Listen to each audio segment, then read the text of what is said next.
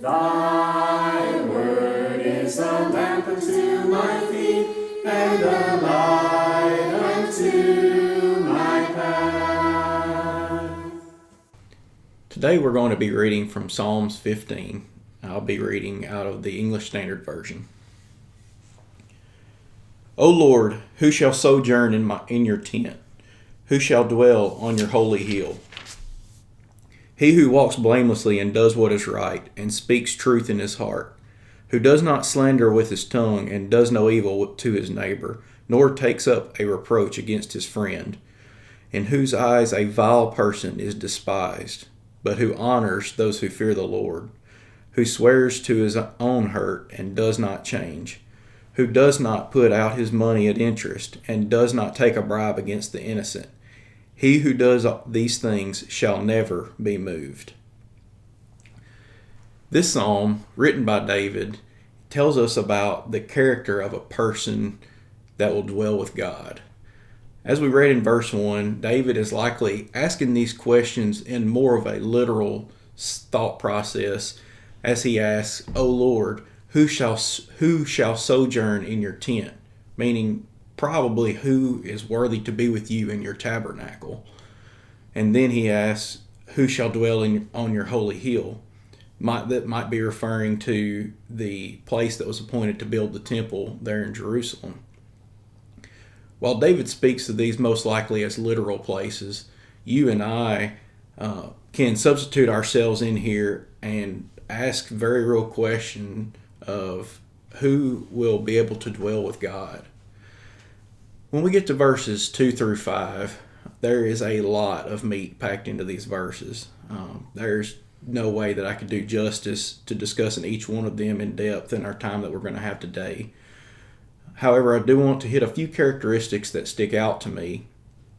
These characteristics will all answer David's question that's written in verse 1 of who shall sojourn in your tent, and who can dwell on your holy hill. So verse 2 answers David's questions with he who speaks truth in his heart. One thing I have to ask myself is, do I have the heart to be honest and caring like God wants me to be? Jeremiah tells us in Jeremiah 17 verse 9 that the heart is more deceitful than all else and is desperately sick. Who can understand it?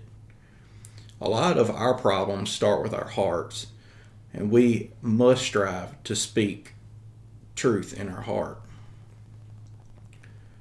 Verse 3 answers David's questions with, he who does not slander with his tongue, and does no evil to his neighbor, nor takes up a reproach against his friend.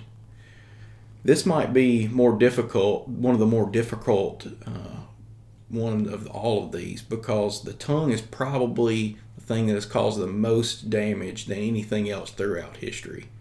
You and I see words used every day to tear people down, to pull people apart, and to increase the pride of those that are speaking those words.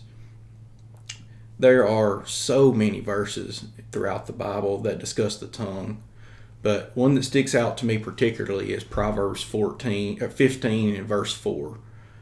It says, a gentle tongue is a tree of life, but perverseness in it breaks the spirit.